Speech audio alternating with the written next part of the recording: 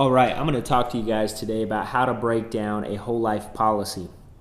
And so when you sit down with a client and you get their policy, show you a few things.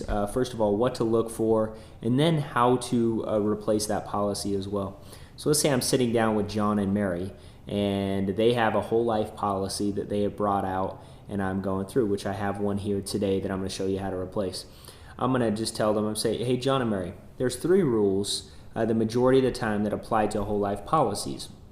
And so I just want to ask you, let's say you came to me and you were going to invest money with me, okay?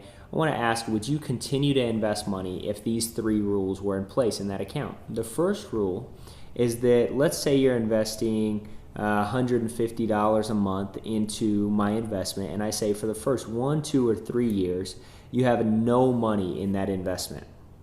Now, would you continue to put money in that account if I told you after 3 years, after putting $150 a month in it, after 3 years you had no money in it? I'm going to say, of course not. I'm going to say, well, what rate of return is that? If you put in $150 a month for 3 years and you have no money, what rate of return is that? They'll say 0.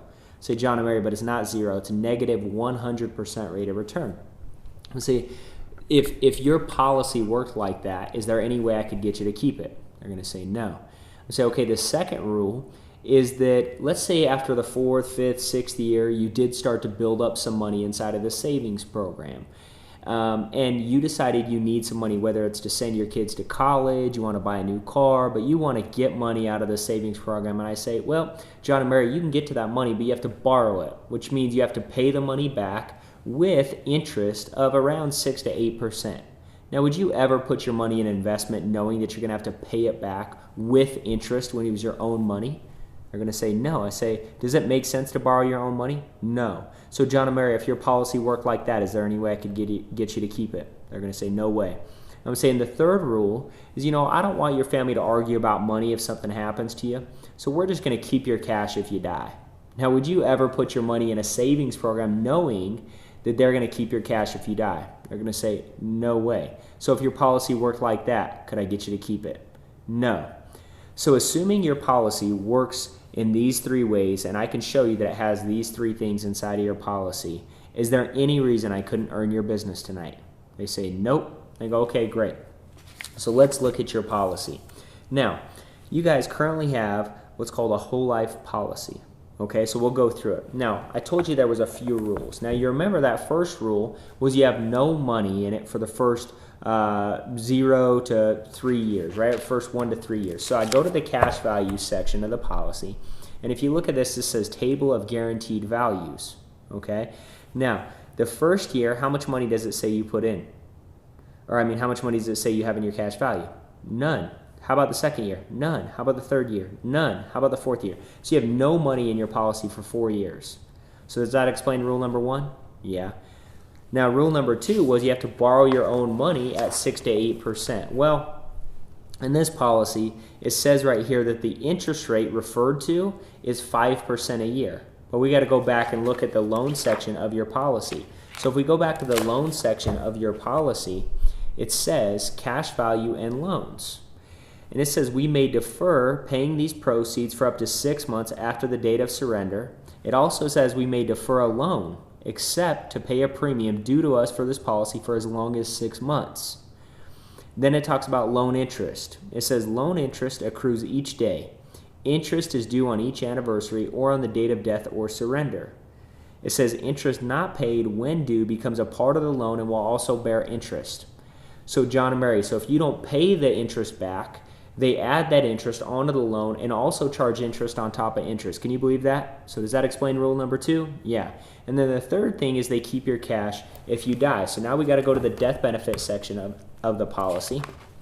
So if we go to this says life insurance proceeds right here, right? It says life insurance proceeds. These proceeds will include the face amount and any other benefit from riders or dividends which are payable because of the insured's death. It says, all as stated in the policy, when we determine these proceeds, there may be an adjustment for the last premium. We will deduct any unpaid loan. Does it say anywhere they're going to pay any cash? No. And how do you know for sure they're not going to pay cash? Well, think about this. If it says we will deduct any unpaid loan, let's go to the cash in this policy and think about it. let's say at this point you were 65 years old and you had just withdrew $100,000 from your policy, whether it's to buy a new house, a new car, whatever it may be, but you withdraw that $100,000. And then 1 week later you pass away. In this policy, you have $250,000 in coverage, right? But it's said in the back that if you die, when they pay out the death benefit, they're going to subtract any unpaid loan. So if you borrowed $100,000 out of it and they subtract $100,000 from $250,000, they're only going to send you a check for how much? $250,000. So if you would have got both, shouldn't you have got $250,000 plus the $100,000? Yes, but you don't. You only get one or the other. So does that explain rule number 3? Yes. Okay. So there's a few things I want to go through and explain to you in this policy. Okay. Your husband has the exact same thing, right? So your husband is 27 years old. He also has $250,000 in coverage. He's paying $163 a month for his. All right. So if we go look at the cash value in his policy, how much does he have the first year in the policy? None. So he's paying $163 a month, has none the first year. How much the second year? None. How much the third year? None. But they guarantee him $116,000 at the age of 65 years old, right? So he's going to pay $163 a month, and at the age of 65, he's going to have $116,000. Now, in your other policy, right, you're paying, right here, it says you're paying $151 a month. And at the age of 65, you're going to have $100,000 at the age of 65. Right? So if you add both of those up, you're going to have about $215,000 at the age of 65, right? So basically, if we do an overview of it, you look at it like this. Your husband has $250,000, the wife has $250,000, they're paying $163 and $151 for a total of $314 a month. Now at the age of 65, they're going to have $215,000 saved. Well, so what do? We sit down with them. And at the same age, had they sat down with us at the same time, we could have put a 35-year policy on the husband for $250,000 on the wife, $10,000 on the kids. We do it for $72.75 a month. So now the $314 they were paying, subtract the $72, leaves us $241.75 a month to invest. If we take that $241.75 a month and invest it in mutual funds and a Roth IRA, at a 10% rate of return, they'll have $1.2 million tax-free at the age of 65.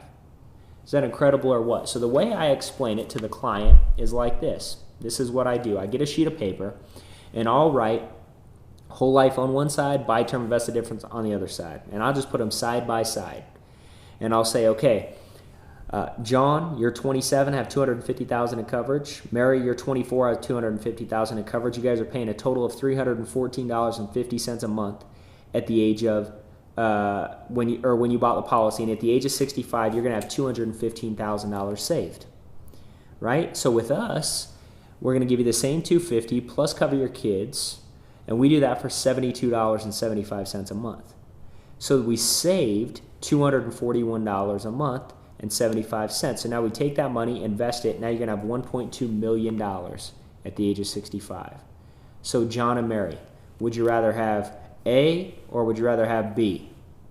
And what are they going to say every time? B. And say, so obviously you see why we need to get this fixed, right? Say, yep. I go, great. So here's what's going to happen. It takes about 6 to 8 weeks to get you guys qualified for the coverage.